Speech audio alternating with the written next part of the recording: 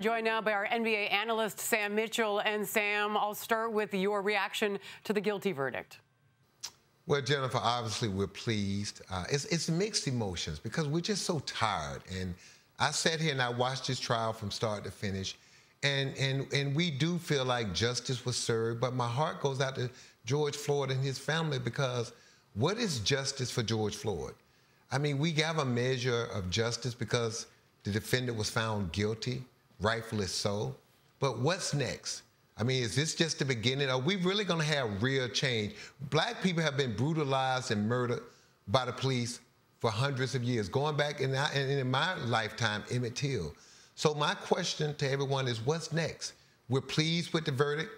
Hopefully this leads to change and more dialogue and some real reform about how the police is going to police us and treat us with dignity and respect. So I'm pleased with the verdict, but I'm still cautiously optimistic because I want to know what's next, and I want to see what my local government and what my national government, what are we going to do? What kind of laws are we going to put in place to make this country fair and equal for a change?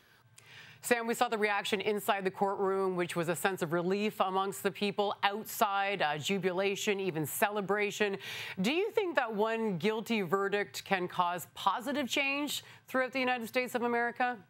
Jennifer, I hope so. I hope the next time a police officer pulls someone over, that they think about before they escalate the level of violence, and they think about what they're stopping that person for. George Floyd lost his life over a fake $20 bill. Now think about that.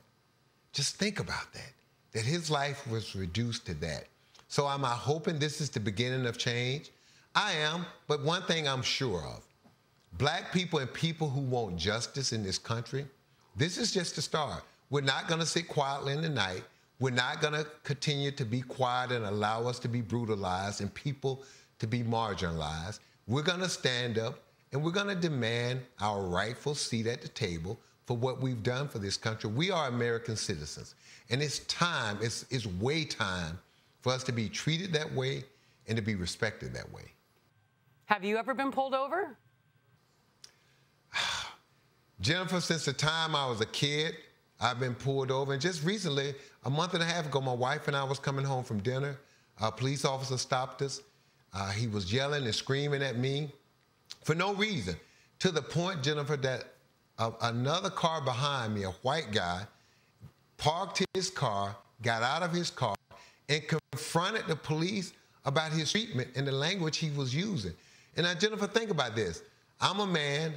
I have the thought process to protect my wife. And here I'm sitting in my car being yelled at, being disrespected in front of my wife, and I couldn't do anything. And a stranger had to come to my aid and my wife's aid to get on this police and let him know that his treatment of us was unfair. And that stuck with me. I'll never forget it. And black people have been complaining and talking about police brutality since I was a baby. I mean, my first conversation, I remember this.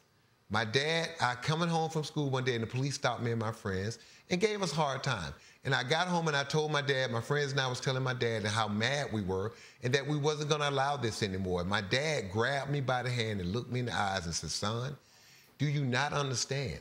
If they beat you or kill you, there's nothing I can do about it. There's nothing. And for me, that hit home because my dad was my protector.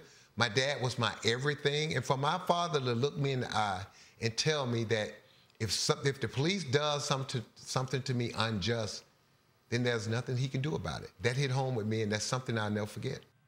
Sam, we thank you for your honesty and your unique perspective on this subject. Thank you so much, our NBA analyst, Sam Mitchell.